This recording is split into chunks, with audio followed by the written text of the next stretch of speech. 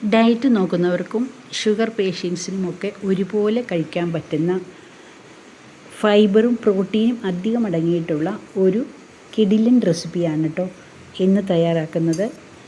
മുളപ്പിച്ച ചെറുപയർ കൊണ്ടുള്ള ഒരു ദോശയെന്നോ അടയെന്നോ അങ്ങനെ എന്ത് വേണമെങ്കിലും നമുക്ക് വിളിക്കാവുന്ന ഒരു റെസിപ്പിയാണ് കേട്ടോ ഇന്ന്.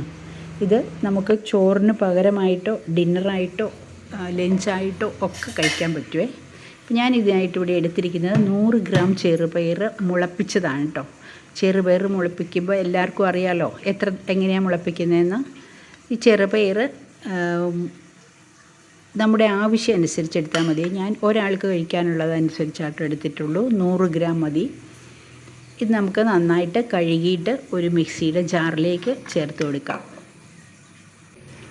മിക്സിയുടെ ജാറിലേക്ക് ഇട്ടതിന് ശേഷം അതിനാവശ്യമായിട്ടുള്ള ഉപ്പ് ചേർത്ത് കൊടുക്കാം.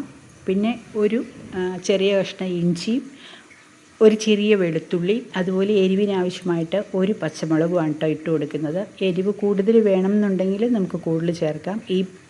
ഒരു പച്ചമുളക് ധാരാളം മതിയാകും.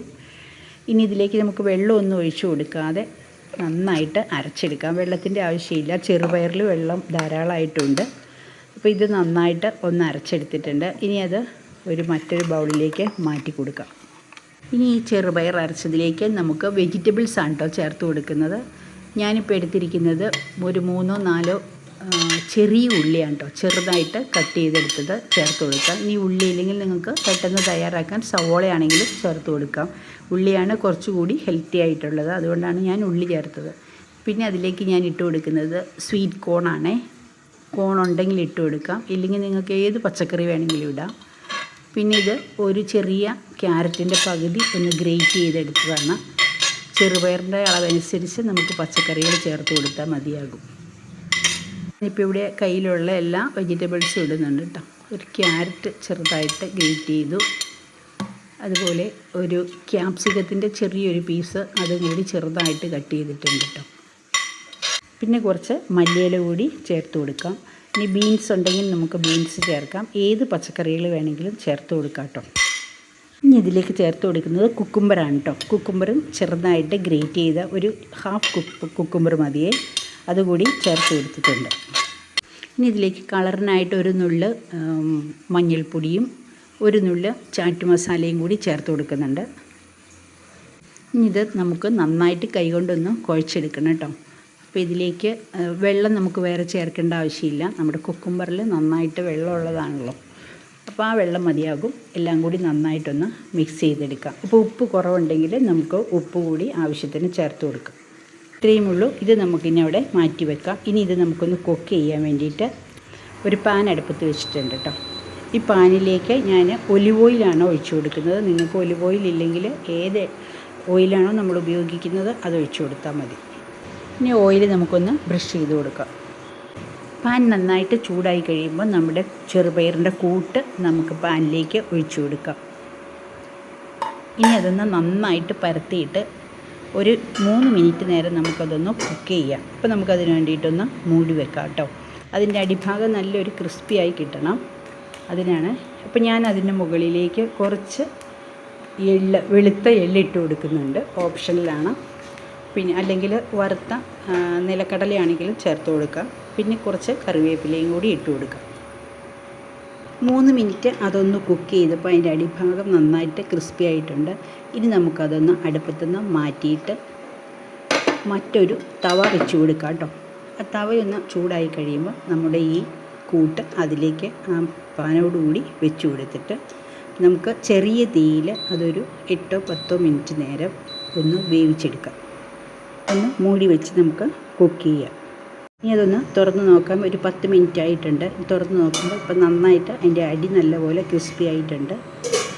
ഇനി നമുക്കിതൊന്ന് മറിച്ചിടാനായിട്ട് നമ്മൾ ഒരു പ്ലേറ്റിലേക്ക് കമത്തി വെച്ചിട്ട് തിരിച്ച് കമത്തിയാൽ അത് കറക്റ്റായിട്ട് വീണോളും.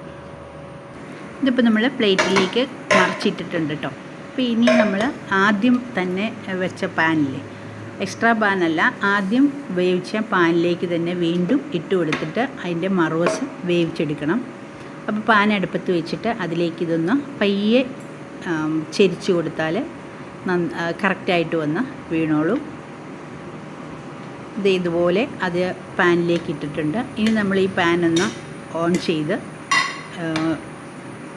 അതൊന്നുകൂടി ഒരു 2 മിനിറ്റ് അതിൻ്റെ ആ ഭാഗം ഒന്ന് വേവിച്ചെടുക്കുക കേട്ടോ. അതൊന്ന് നല്ല ക്രിസ്പി ആവുന്നവരെ 2-3 മിനിറ്റ് നേരം ഒന്ന് വേവിക്കാം. അതിന് ശേഷം നമുക്ക് അത് ആദ്യം നമ്മൾ വെച്ചതുപോലെ മറ്റൊരു തവ വെച്ചിട്ട് അതൊന്ന് ചൂടായി കഴിയുമ്പം അതിലേക്ക് നമ്മുടെ ഈ ചെറുപയറിൻ്റെ അട വെച്ച് കൊടുക്കാം കേട്ടോ. എന്നിട്ട് നമുക്കതൊന്ന് മൂടി കൊടുക്കാം. മൂടി അതൊരു 8 മിനിറ്റോ 10 മിനിറ്റോളം ഒന്ന് കുക്ക് ചെയ്തെടുക്കണം. ചെറിയ തീയിൽ മാത്രമാണ് കേട്ടോ കുക്ക് ചെയ്യാവുള്ളൂ. ഇടയ്ക്ക് അതൊരു സ്റ്റിക്ക് വെച്ചൊന്ന് കുത്തി നോക്കുമ്പോൾ അതിലൊട്ടി പിടിക്കണില്ലെങ്കിൽ നമുക്കത് കറക്റ്റായിട്ട് വെന്തോന്നറിയാൻ പറ്റും. അപ്പോൾ 8-10 മിനിറ്റ് കൊണ്ട് അത് ഏകദേശം കറക്റ്റായിട്ട് വെന്ത് കിട്ടും കേട്ടോ. അപ്പോൾ അടി നല്ല ക്രിസ്പി ആയിട്ട് വേവുകയും ചെയ്യും, ഉള്ളിൽ നല്ല ജ്യൂസി ആയിട്ടിരിക്കുകയും ചെയ്യും. അപ്പോൾ ഇത് ഏകദേശം വെന്തിട്ടുണ്ട്. ഇനി നമുക്കിത് വീണ്ടും ഒരു പ്ലേറ്റിലേക്കൊന്ന് മറിച്ചെടുക്കാം. ആദ്യം നമ്മൾ മറിച്ച പോലെ തന്നെ പ്ലേറ്റ് വെച്ചിട്ട് അത് തിരിച്ച് മറിച്ചാൽ നമ്മുടെ ഹെൽത്തി ആയിട്ടുള്ള ഈ ദോശ ഇവിടെ റെഡി ആയിട്ടുണ്ട്. അതുണ്ട്, ഇതുപോലെ നല്ല ക്രിസ്പി ആയിട്ട് നല്ല ടേസ്റ്റി ആയിട്ടും ഉള്ള ദോശ റെഡി ആയിട്ടുണ്ട്. ഇനി നമുക്കിതിൻ്റെ കൂടെ കഴിക്കാനായിട്ട് ഒരു ചമ്മന്തി കൂടി റെഡിയാക്കാം കേട്ടോ. അപ്പോൾ സാധാരണ നമ്മൾ തേങ്ങാ ചമ്മന്തി അരയ്ക്കുന്ന പോലെ അരച്ചാലും മതി. ഞാനിപ്പോൾ ഇവിടെ കുറച്ച് തേങ്ങ എടുത്തിട്ടുണ്ട്. അതിലേക്ക് കുറച്ച് വറുത്ത നിലക്കടലയും കൂടി ചേർത്ത് കൊടുക്കാം. പിന്നെ ഒരു ചെറിയ കഷ്ണം വെളുത്തുള്ളി, അതുപോലെ എരിവിനാവശ്യമായിട്ട് ഒരു പച്ചമുളകും ഇട്ട് കൊടുക്കാം കേട്ടോ. എരിവൊക്കെ നമ്മുടെ ഇഷ്ടം അനുസരിച്ച് കൂട്ടുകയോ കുറയ്ക്കുകയോ ചെയ്യാവേ. പിന്നെ നമ്മൾ ഇട്ട് കൊടുക്കുന്ന മല്ലിയിലയും കൂടി ചേർത്തിട്ട് കുറച്ച് കറിവേപ്പില ഇട്ട് കൊടുത്തിട്ടുണ്ട്. പിന്നെ ഇതിനാവശ്യത്തിനുള്ള ഉപ്പ് ചേർത്ത് കൊടുക്കാം. ഇനി ഇതിലേക്ക് ആവശ്യത്തിനുള്ള കുറച്ച് വെള്ളം കൂടി ഒഴിച്ചിട്ട് നന്നായിട്ടൊന്ന് അരച്ചെടുത്തിട്ട് വരാം കേട്ടോ. അപ്പോൾ നമ്മൾ വെള്ളം കൂടുതൽ വേണമെങ്കിൽ കൂടുതൽ വെള്ളം ഒഴിച്ച് അരച്ചെടുക്കാം. ഇല്ലെങ്കിൽ നല്ല തിക്കായിട്ടുള്ള ചമ്മന്തിയാണ് വേണ്ടെങ്കിൽ ആ രീതിയിൽ നമുക്ക് അരച്ചെടുക്കാം കേട്ടോ. ഞാൻ ഇപ്പം ഇങ്ങനെ ഒരു തിക്കായിട്ട് അരച്ചെടുത്തിട്ടുണ്ട്. എനിക്ക് കുറച്ച് ലൂസായിട്ടുള്ള ചമ്മന്തിയാണ് കേട്ടോ ഇഷ്ടം. ഇത്രയും തിക്കുള്ളത് എനിക്കിഷ്ടമില്ല.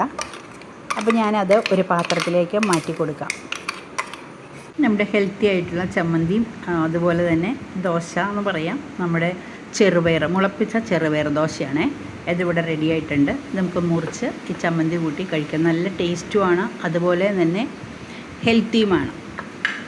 ധാരാളമായിട്ട് ഫൈബറും പ്രോട്ടീനും അടങ്ങിയിട്ടുള്ള ഒരു റെസിപ്പിയാണ് കേട്ടോ ഇത്.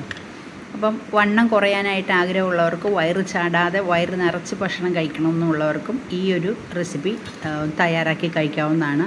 ഇത് നമുക്ക് ഡിന്നറോ ലഞ്ചോ അല്ലെങ്കിൽ ബ്രേക്ക്ഫാസ്റ്റോ അങ്ങനെ ഏത് വേണമെങ്കിലും എപ്പോൾ വേണമെങ്കിലും കഴിക്കാം. കുട്ടികൾക്കും വലിയവർക്കും ഒരുപോലെ കഴിക്കാവുന്ന ഹെൽത്തി ആയിട്ടുള്ള ഈ ചെറുപയർ റെസിപ്പി നിങ്ങളൊന്ന് തയ്യാറാക്കി നോക്കുക. ഇഷ്ടപ്പെട്ടാൽ ലൈക്ക് ചെയ്ത് സപ്പോർട്ട് ചെയ്യുക. പുതിയൊരു ഹെൽത്തി വീഡിയോയുമായി വീണ്ടും കാണാം. Thank you.